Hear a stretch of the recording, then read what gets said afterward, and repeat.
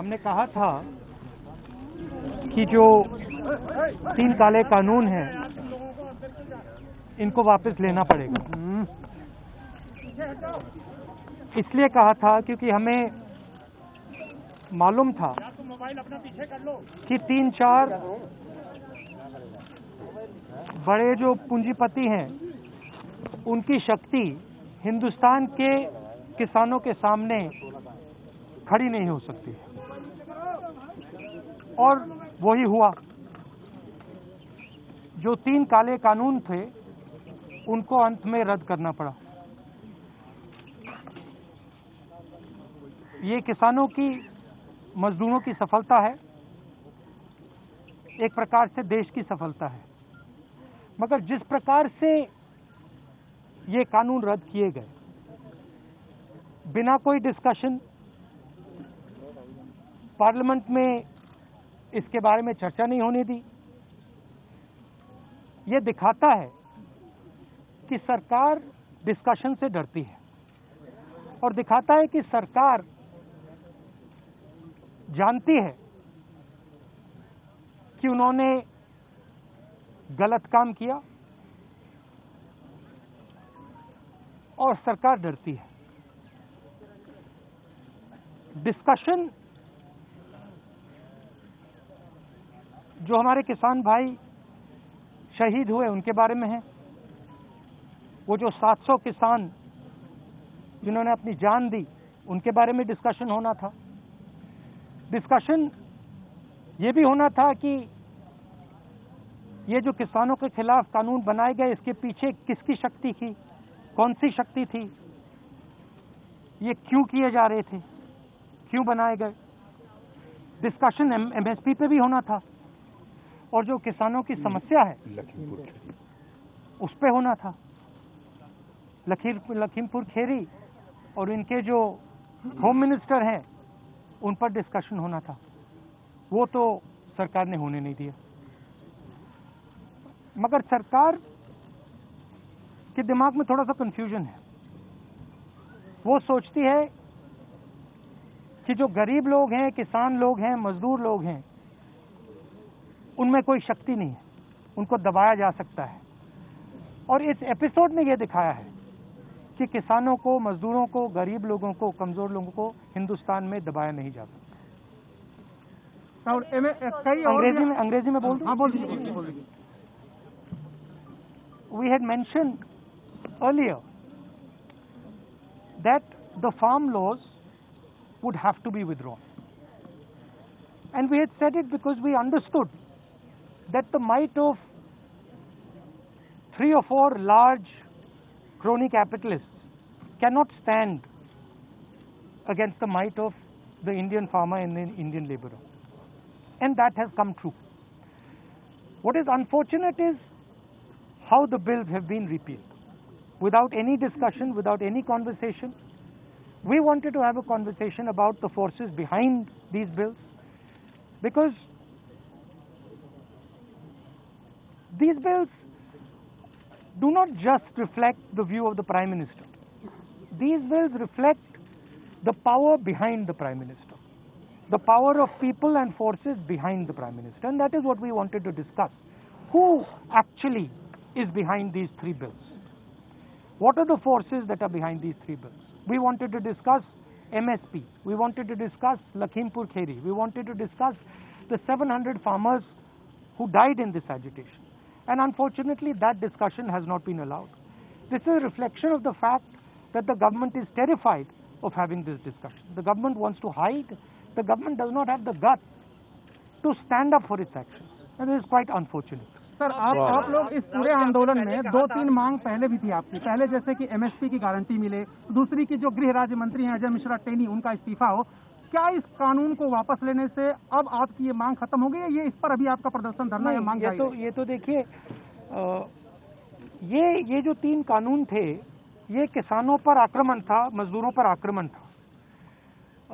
मगर किसानों और मजदूरों की जो डिफिकल्टीज हैं, मुश्किलें हैं, वो एमएसपी, कर्जा माफी, वो लंबी लाइन है, लंबी लिस्ट है, और वो अभी तक मतलब उनकी मांगे हैं और उनका हम समर्थन करते हैं। सर बीजेपी का ये कहना है सर कि जब प्रधानमंत्री ने राष्ट्र के नाम संबोधन में माफी मांग ली और अब जब तीनों कृषि कानून वापस हो गए लोकसभा और राज्यसभा में, तो डिस्कशन की जरूरत क्या है?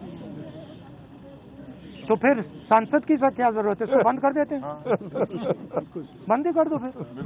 फिर प्राइम मिनिस्टर को जो कहना है कह दें, जो कानून बनाने बना दें, तो इसका क्या मतलब है? बंद ही कर लो। राहुल जी, आपने मौत हुई है, वो 700 आदमी के लिए आप लोग कुछ आगे कुछ कदम चलाएंगे?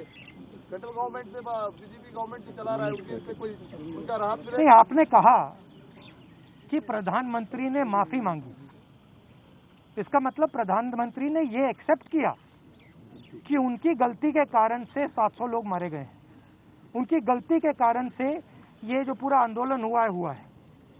तो फिर अगर उन्होंने गलती एक्सेप्ट कर ली है तो फिर कॉम्पनसेशन देना तो पड़ेगा। राहुल जी, आपने पहले कहा था कि तीनों कृषि कानून वापस लेने होंगे, सरकार ने अंतोगत्वा ये बिल वापस ले लिया। अब सवाल ये है,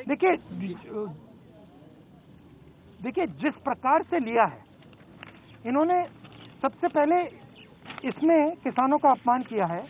उन्होंने कहा है कि थोड़े से संगठन, थोड़े से किसान के संगठन, ये सेक्शन, एक सेकंड में पढ़ लेता हूँ। एक group of farmers are protesting against these laws. ये कोई ग्रुप नहीं है, ये हिंदुस्तान के सब किसान हैं। पहले आपने इनको खालिस्तानी कहा, अब आप इनको ग्रुप ऑफ फार्मर्स कह रहे हो। ये ग्रुप ऑफ फार्मर्स नहीं है, ये हिंदुस्तान के सारे किसान हैं और ये समझते हैं कौन सी शक्तियां इन पर आक्रमण कर रही है। राहुल जी, मेरा सवाल ये था सर, आप लोग किसानों के लिए क्या कीजिए? किसान संगठन के नेता अभी भी बॉर्डर पर बैठे हुए हैं। राहुल गांधी जी क्या अपील करेंगे उन किसान संगठनों से, क्योंकि संसद में अभी नहीं, मैं किसान संगठनों से क्या अपील करूंगा? उनसे कोई अपील करने की जरूरत नहीं है। मैं ये कह रहा हूं कि जिम्मेदार कौन है? जिम्मेदार किसान संगठन है क्या? उनने क्या गलती की है?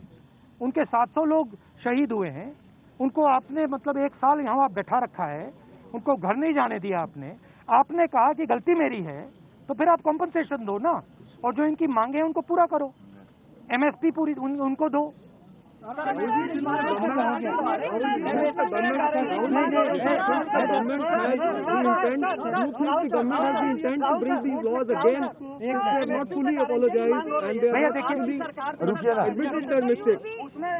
भैया आपने पूछ लिया, अब बाकी लोग भी बैठे हैं यहाँ पे।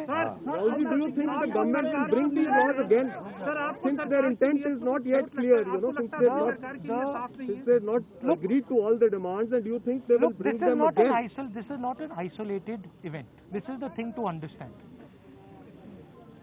Just now one of our journalists was asking me the question why parliament should exist. Right? He does not even understand the question he is asking. Because this entire instrument is captured by the same forces that are pushing the farm bill. It is the same forces that carried out demonetization. It is the same forces that put a flawed GST. It is the same forces that didn't give any money to the poor people during COVID. So the question is not whether the government is going to try to pass these farm laws again. The question is that the government is captured by a group, by an interest that is against the poor people of this country. They will do whatever can be done to damage the future of the poor people of the country. So is it because Punjab the government was supposed to take a decision? Sorry? And where was the government decision on repeal taken because of UP and Punjab polls? And what do you plan to do about the MSP?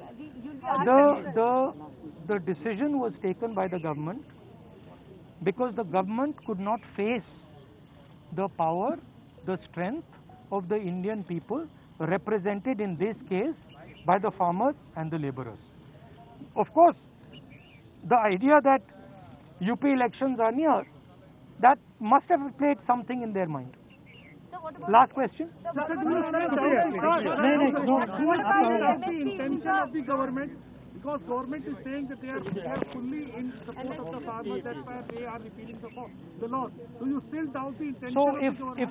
if they were fully in support of the farmers, what were they doing for the last 1 year?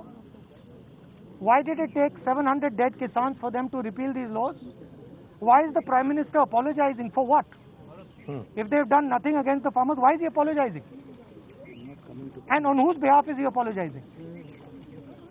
So the intention is bad. And as I mentioned just now, it is not, I mean, the Prime Minister is an instrument of these forces. The Prime Minister is the tool of these forces. These forces sit behind the Prime Minister. These forces capture the media and they pass laws like the farm laws. They do demonetization and they are inimical to the future of this country. Thank you very much. Thank you.